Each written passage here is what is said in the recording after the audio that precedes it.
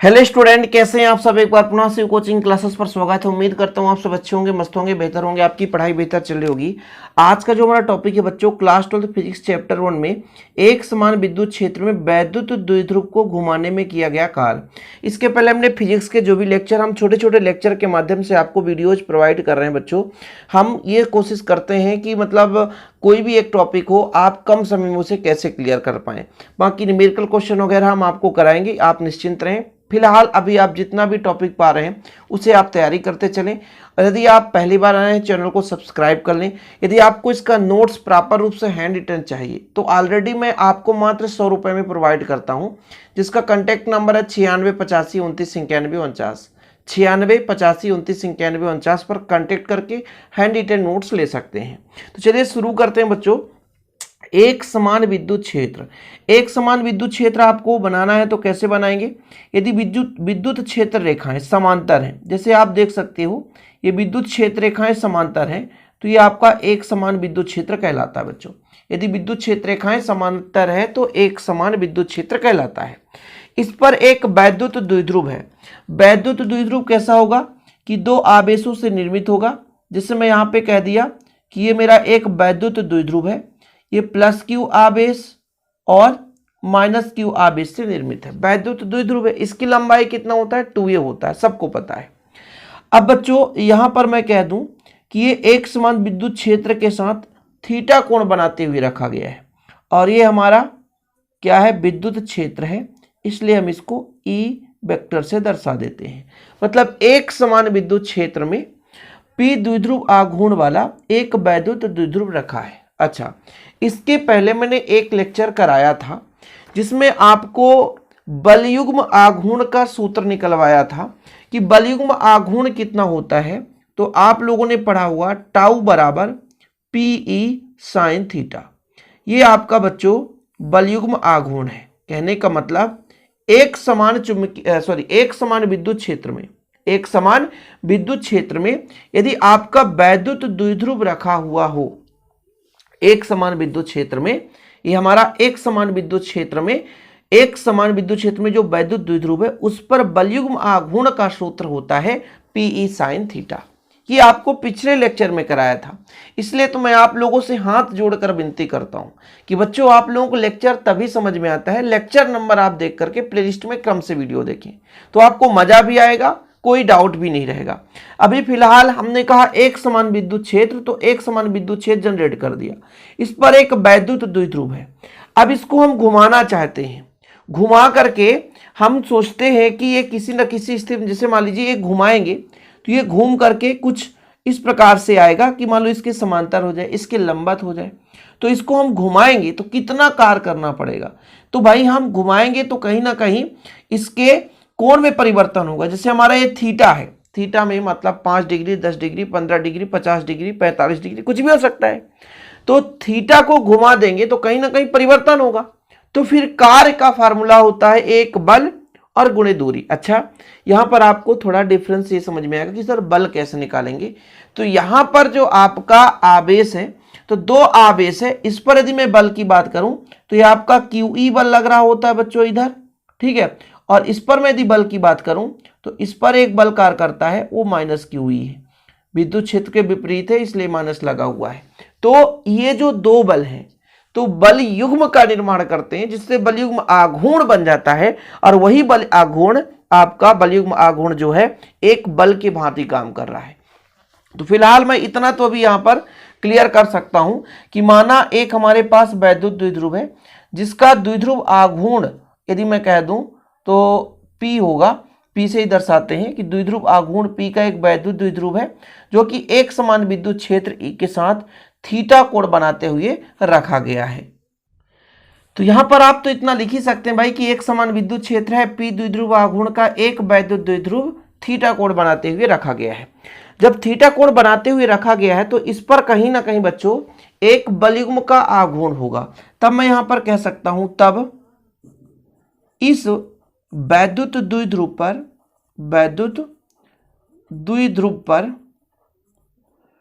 बलयुग्म आघूर्ण, ठीक है, बलयुग्म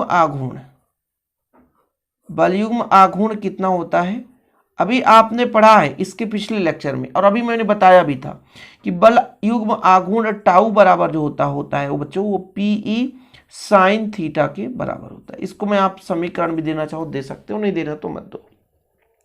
अभी आपका बल युग्म आघूर्ण है।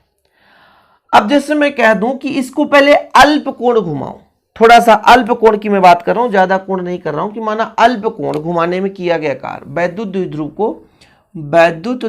को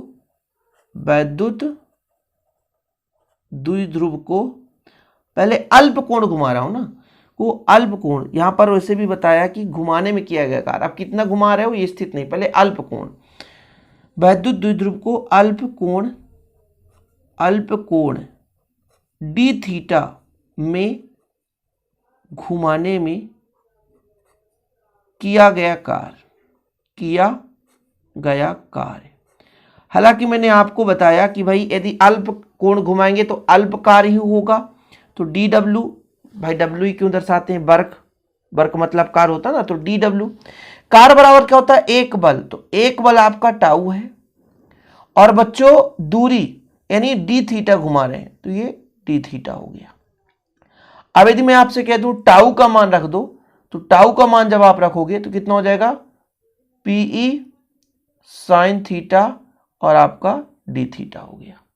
ठीक है, मतलब डी डब्ल्यू बराबर एक प्रकार से आपका आ गया PE sine theta d theta.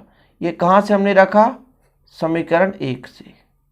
ठीक है, तो अल्प कोण घुमाने में कार्य हमने निकाला। अभी भाई ये हमारे पास एक वैद्युत द्विध्रुव है, इसको घुमाना चाहते हैं, भाई घुमा करके विद्युत क्षेत्र के समांतर लाना चाहते हैं, घुमा करके और थोड़ा सा 360 डिग्री पर ले जाना चाहते हैं, वो तो हमारी इच्छा है कितना डिग्री घुमाना चाहते हैं। हम यदि मान के चले कि θ1 से θ2 तक, यदि हम मानकर चलते हैं कि वैद्युत द्विध्रुव को θ1 से θ2 तक घुमाए। अब भाई θ1 कितना हो सकता है, मान लो 45 डिग्री है, θ2 हमारा 90 डिग्री है, तो यहां पर हम लिख सकते हैं कि अतः वैद्युत द्विध्रुव को विद्युत क्षेत्र में, कहां, विद्युत क्षेत्र में, मतलब एक हमारा जो थीटा वो θ1 से एक थीटा जो है θ2 तक घुमाने में किया गया कार्य। चलो भाई आसानी से आप निकालो किया गया कार्य कैसे होगा। θ1 से θ2 तक घुमाने में किया गया कार्य, देखिए कभी भी एक अल्प कार्य दिया हो और उससे हमें एक विस्तृत वर्क निकालना हो, कुछ भी है, एक छोटे से क्षेत्र को बड़े से क्षेत्र में तब्दील करना है, तो हमें वहां पर समाकलन करना है बच्चों। क्या करना है, समाकलन करना है, सिंपल है, कुछ भी नहीं, सीधा समाकलन करना है। जैसे मैं आप कहूँ W निकालना है तो जो अल्प कार्य है उसका समाकलन कर दो। कंडीशन भी दे के रखा है θ1 से θ2 तक, ये कंडीशन दे के रखा है। dw का मान रखेंगे θ1 से θ2, कितना dw का मान बच्चों, PE sine theta d theta. अब यहां पर देखो साइन थीटा का समाकलन बच्चों यदि आपसे नहीं बन रहा है तो फिर दिक्कत है। ये पीई कांस्टेंट है, इसे बाहर ले लो। θ1 से θ2 लिमिट देके रखा है और साइन थीटा डी थीटा। अब आप ही बताओ साइन थीटा का समाकलन कितना होता है। यदि साइन थीटा का समाकलन नहीं बन रहा है तो फिर दिक्कत है बच्चों, समझ रहे ना। तो चलिए साइन थीटा का समाकलन यहाँ पर मैं आपको बताऊंगा और सॉल्व करूंगा। तो यहाँ पर आपका आ जाएगा, क्या निकाल रहे हैं, कार्य निकाल रहे हैं। ठीक है, ये कार्य हो गया, पीई आपका बाहर हो गया है। साइन थीटा का जो समाकलन होता है वो माइनस कास थीटा होता है। क्या होता है, माइनस कास थीटा। नहीं बन रहा है तो लिख लो, लिमिट है हमारा θ1 से θ2। चूंकि समाकलन साइन थीटा डी थीटा, यहाँ पर आप लिख दो डी थीटा। ठीक है, इसका होता है माइनस कास थीटा, ये फार्मूला है। ठीक, अब बच्चों ये तो हमारा भाई ये माइनस है। अब ये लिमिट रखने का क्या तरीका है, पहले अपर लिमिट यानी ऊपर वाले को लिखते हैं। जैसे हमने कहा पहले ऊपर वाले को लिखेंगे तो कास थीटा 2, ठीक है, फिर नीचे वाले को लिखते हैं कास थीटा 1, ये माइनस कंफ्यूज मत होना, ये इसके लिए माइनस है, ये इसके लिए माइनस है, मतलब दोनों कास्ट में माइनस तो लगे हैं, लेकिन लिमिट के बीच में भी माइनस लगाते हैं। Upper limit minus lower limit, upper limit मतलब उच्च सीमा माइनस निम्न सीमा, और ये तो कास्ट के साथ ही माइनस है, नहीं मम्मी के साथ बेटा है तो जाएगा ही जाएगा। बाकी भाई इन दोनों के बीच में माइनस का कंडीशन है तो लगाना ही पड़ेगा। ये माइनस दोनों में है, कंफ्यूज मत होना। अब यहां से मैं कह दूं W बराबर PE हो जाएगा, ये माइनस माइनस प्लस में हो जाएगा बच्चों, देखो जरा, तो cos θ1 और ये माइनस का है cos θ2। ठीक, कोई दिक्कत तो नहीं आता, क्लियर है।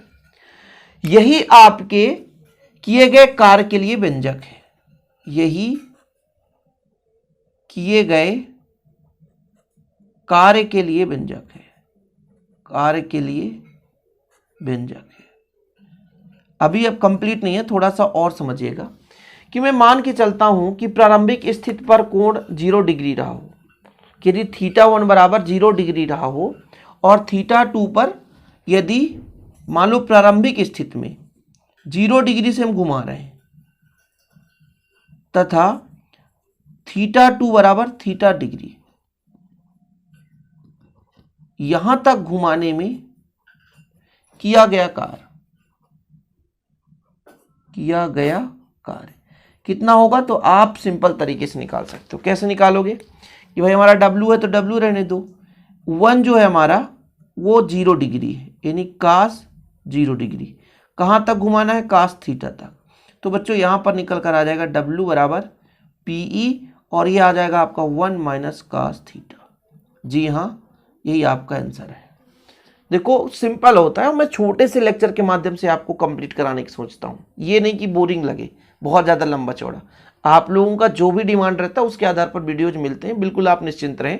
नोट्स अभी तक नहीं लिए तो कांटेक्ट नंबर मैं पहले भी बता चुका हूँ आपको, 96 85 29 91 49, ये मेरा पर्सनल नंबर है, कांटेक्ट करके आप नोट्स ले सकते हैं। ओके बच्चों, आज के लिए इतना ही, फिलहाल मिलते हैं अगले वीडियो के साथ। जय हिंद, वंदे मातरम।